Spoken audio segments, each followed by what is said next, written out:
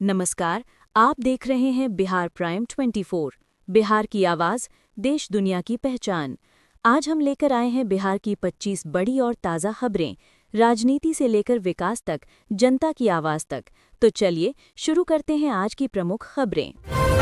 Bharatiya Janata party ने बिहार विधानसभा चुनाव के लिए अपनी पहली सूची जारी कर दी है। कुल 71 नामों में से 11 मौजूदा विधायकों के टिकट काट दिए गए हैं। पार्टी ने नए चेहरों को मौका देते हुए सामाजिक संतुलन पर ध्यान दिया है। उप मुख्यमंत्री सम्राट चौधरी और विजय कुमार सिन्हा अपने अपने क्षेत्रों से उम्मीदवार बनाए गए हैं। एनडीए ने बिहार चुनाव को लेकर सीट शेयरिंग का फॉर्मूला तय कर लिया है।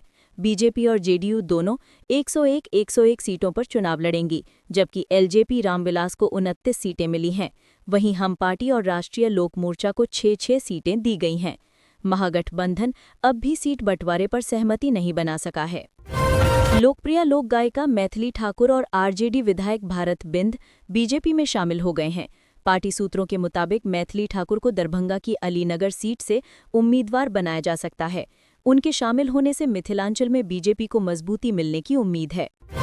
दिवंगत अभिनेता सुशांत सिंह राजपूत की कजिन दिव्या गौतम ने भी राजनीति में कदम रख दिया है। दिव्या को इंडिया ब्लॉक ने पटना की दीघा सीट से उम्मीदवार बनाया है। वो यूजीसी नेट क्वालिफाइड और पीएचडी शोधार्थी हैं। सामाजिक कार्यों में सक्रिय रहने के कारण उन्हें जनता का समर्थन मिल रहा है।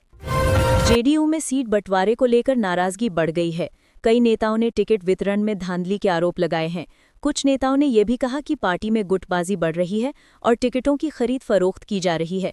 इससे एनडीए में अंदरूनी मतभेद खुलकर सामने आ गए हैं।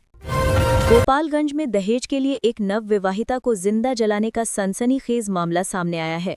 पीड़िता प्रियंका देवी की शादी कुछ महीने पहले ही हुई थी। ससुराल वालों ने मोटरसाइकिल की मांग पूरी न होने पर उसकी हत्या कर दी। पुलिस ने केस दर्ज कर आरोपियों की तलाश शुरू कर दी है।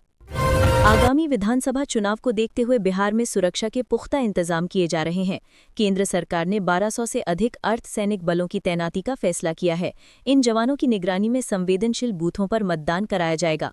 साथ ही ड्रोन और सीसीटीवी से भी निगरानी रखी जाएगी। पटना मेट्रो का पहला चरण जनता के लिए खोल दिया गया है। मुख्यमंत्री नीतीश कुमार ने 0 माइल, भूतनाथ और पाटलिपुत्र बस टर्मिनल स्टेशन का शुभारंभ किया। मेट्रो शुरू होने से राजधानी में ट्रैफिक जाम से राहत मिलेगी। लोगों में खुशी का माहौल देखा गया। बिहार सरकार ने गंगा नदी के किनारे 3 बड़े सड़क परियोजनाओं की घोषणा की है। इन परियोजनाओं पर लगभग 17,000 करोड़ रुपए खर्च होंगे। सरकार का कहना है कि इन सड़कों से व्यापार, पर्यटन और आवागमन में तेजी आएगी। ये प्रोजेक्ट हाइब्रिड एन्युटी मॉडल पर पूरे किए जाएंगे। पटना में बाढ़ प्रबंधन के लिए एक नई मास्टर प्लान रिपोर्ट तैयार की गई है। इसमें शहर के सभी नालों को स्मार्ट ड्रेनेज सिस्टम से जोड़ने का प्रस्ताव है। नगर निगम का दावा है कि अगले साल तक बारिश के दौरान जल जमाव से काफी राहत मिलेगी। छपरा में एक प्राइवेट स्कूल बस हादसे में 12 बच्चे घायल हो गए। तेज रफ्तार बस सड़क किनारे खंबे से टकरा गई। स्थानीय लोगों की मदद से सभी बच्चों को अस्पताल में भर्ती कराया गया। प्रशासन ने जांच के आदेश दिए हैं। भागलपुर में सिल्क उद्योग को बढ़ावा देने के लिए नया सिल्क पार्क बनाया जाएगा। सरकार ने 250 करोड़ रुपए की योजना को मंजूरी दी है। इस पार्क से करीब 20,000 लोगों को रोजगार मिलने की उम्मीद है। दरभंगा एयरपोर्ट से अब दुर्गापुर और गुवाहाटी के लिए नई फ्लाइट्स शुरू होंगी। एयरपोर्ट अथॉरिटी ने इसकी पुष्टि की है। इससे उत्तर बिहार की यात्रियों को काफी सुविधा होगी। मोतिहारी जिले में नक्सली गतिविधि फिर से बढ़ने की खबर है। पुलिस ने छापेमारी कर भारी मात्रा में विस्फोटक बरामद किया है। सुरक्षा एजेंसियों को अलर्ट पर रखा गया है। सीतामढ़ी में महिला स्वयं सहायता समूहों को आत्मनिर्भर बनाने के लिए नई पहल शुरू की गई है। जिलाधिकारी ने बताया कि अब हर पंचायत में कम से कम एक समूह को लघु उद्योग से जोड़ा जाएगा। कटिहार में बाढ़ प्रभावित इलाकों में राहत कार्य जारी है। एनडीआरएफ की टीमें लगातार गांव-गांव जाकर मदद पहुंचा रही हैं। प्रशासन ने लोगों से ऊंचे इलाकों में शरण लेने की अपील की है। गया जिले में विश्व प्रसिद्ध विष्णुपद मंदिर में दशहरा को लेकर सुरक्षा बढ़ा दी गई है। हजारों श्रद्धालु प्रतिदिन दर्शन के लिए पहुंच रहे हैं। पुलिस ने पूरे क्षेत्र को सीसीटीवी की निगरानी में रखा है। नालंदा विश्वविद्यालय में अंतर्राष्ट्रीय सम्मेलन का आयोजन किया गया है।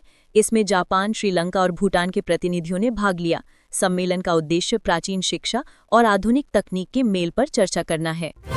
बेगूसराय में अपराधियों के खिलाफ पुलिस का लगातार अभियान जारी है। बीती रात पुलिस ने मुठभेड़ में 2 बदमाशों को गिरफ्तार किया है। दोनों पर लूट और हत्या के कई मामले दर्ज हैं। पूर्णिया में किसानों के लिए विशेष बीज वितरण अभियान चलाया जा रहा है। कृषि विभाग ने कहा है कि इस बार धान और गेहूं की उपज में 20% तक बढ़ोतरी की उम्मीद है।